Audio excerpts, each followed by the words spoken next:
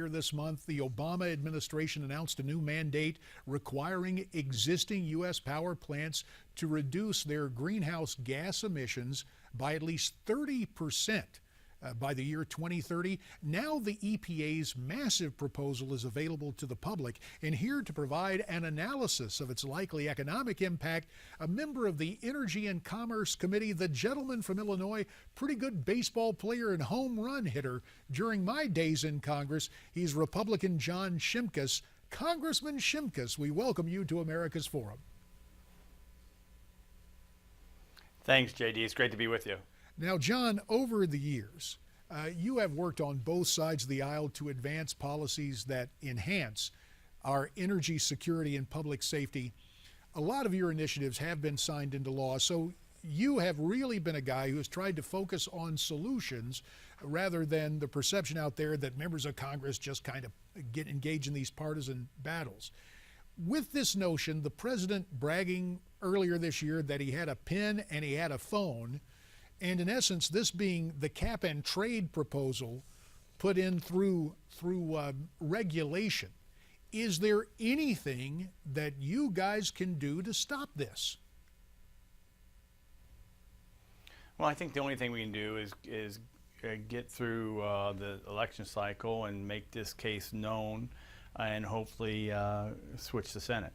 Then we can put things on the president's desk, maybe tied to spending bills and other aspects that would force a change. I do know that some states are coming out very forcefully against this. It does really harm more states rather than others in the way it's been rolled out.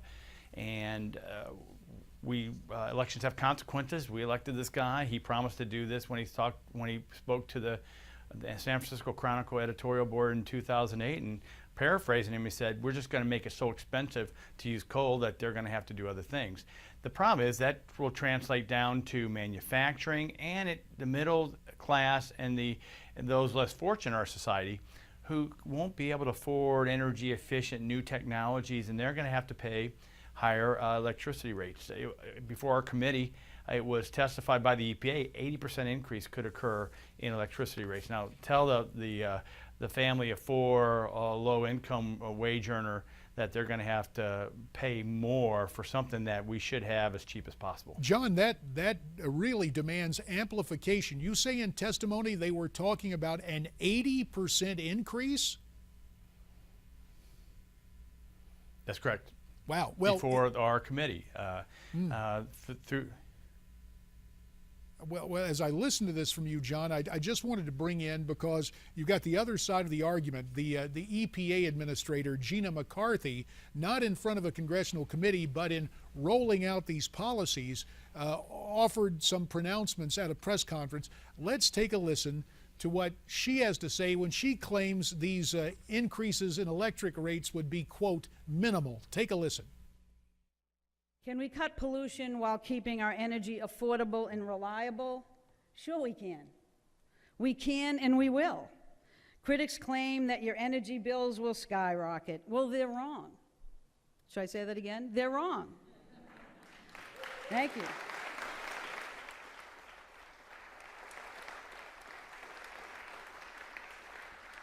Any small short-term change in electricity prices would be within normal fluctuations the power sector has already dealt with for years. And any small price increase that we see as a result of this rule is about the price of a gallon of milk a month. So, John, you hear Gina McCarthy trying to put it in pedestrian terms, in grocery store terms, saying this is only going to cost, what, the price of a gallon of milk per month? You want to take, you want to analyze that for us? Well, I just refer people to the testimony before the Subcommittee of Energy and Air Quality, and it was an EPA administrator who was making the testimony. I would say this is the same administration that said that Obamacare would save the average consuming individual of health care $2,500 a year. And we know how accurate that was. So even in the health care law, we're paying more and getting less. So we're going to trust this administration that these new rules and regs. And I have a problem with the term pollutants. You know, when the Clean Air Act was passed, they named the pollutants. Carbon dioxide was not part of that debate. This false premise of this whole debate about carbon, that it is a criteria pollutant. It wasn't signed in law. It was based upon a Supreme Court ruling in which then the EPA was given some ability to make a determinant on individual health, and they mentioned global health. So I reject the whole premise, and all this pain for no gain. That same administrator, Gina McCarthy, said, we do these things, it's going to be an insignificant effect on global temperatures. And you know why? Because China and India are massively expanding their electricity generation based upon what? Coal. Congressman John Shimkus, 2 minutes remain, and a couple of topics tie into energy, the portfolio of the Energy and Commerce Committee, but also into your background, having gone to school at West Point and serving in the Army, and that is what is going on in Iraq. We're hearing talk that one of the major refineries falling to ISIS or in the process of doing so today. What price do you expect Americans to pay at the pump if ISIS should gain control of Iraq? Well, there's all sorts of projections. I think just the basic issue that you lose that amount of crude oil or refined product on the world market, supply and demand kicks in. Just on the risk, you see the barrel of crude oil going up.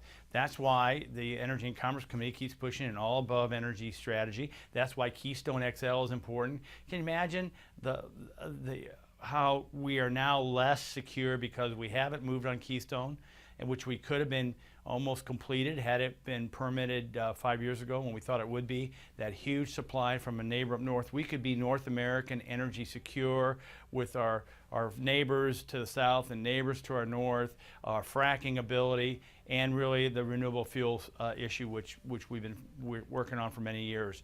Now we're continuing to be held hostage by unstable regions in the world, many of them that don't like us, and we don't have to be. But it's a fact that this administration has no energy policy.